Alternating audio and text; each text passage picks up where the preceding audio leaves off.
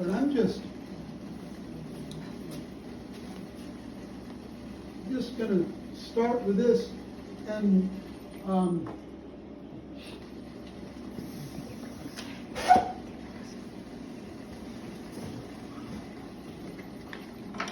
we'll see where this goes.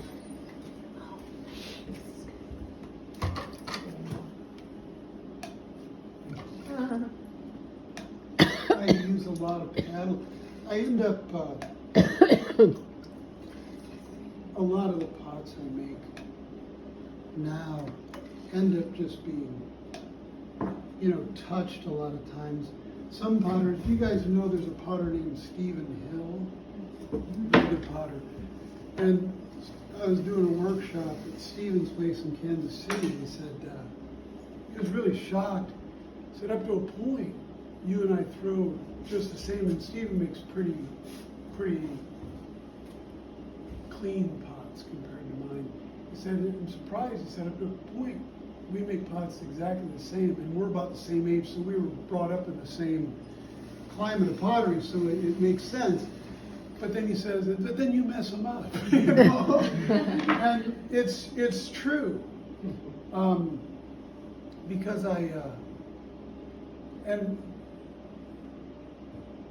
this will be something I'll get into with you as we go on.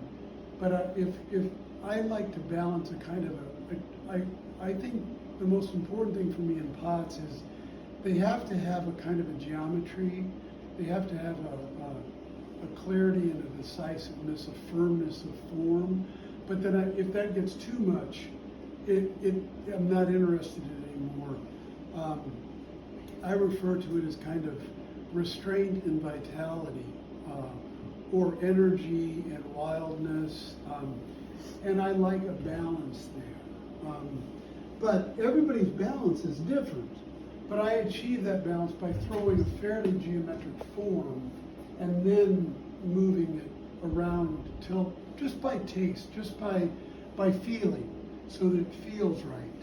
So I do a lot of kind of pressing on things, and then by to that question of do you work on it later? Yes, I keep coming back to it. I call that delaying closure. Mm-hmm. When I was young, I thought the goal of making pots was to get her done, which is really, I don't know if you've ever read the book,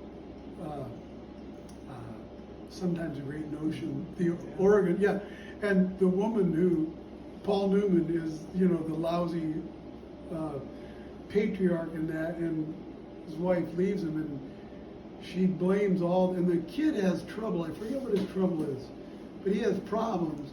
She blames all of their son's problems on Paul Newman. Of course, he came after the book.